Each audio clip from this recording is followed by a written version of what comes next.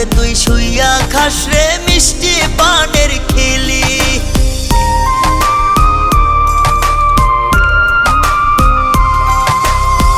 ফেসবুকেতে তুই আমারে পলক মাইরা দিলি, কার বুকে তুই শুইয়া খাস রে মিষ্টি পানের খিলি। এমন বেহায়া রে তুই হইলি কেমন কইরা, এমন কইরা দাগা দিয়া গেলি আমায় ছাইরা, এমন কইরা দাগা দিয়া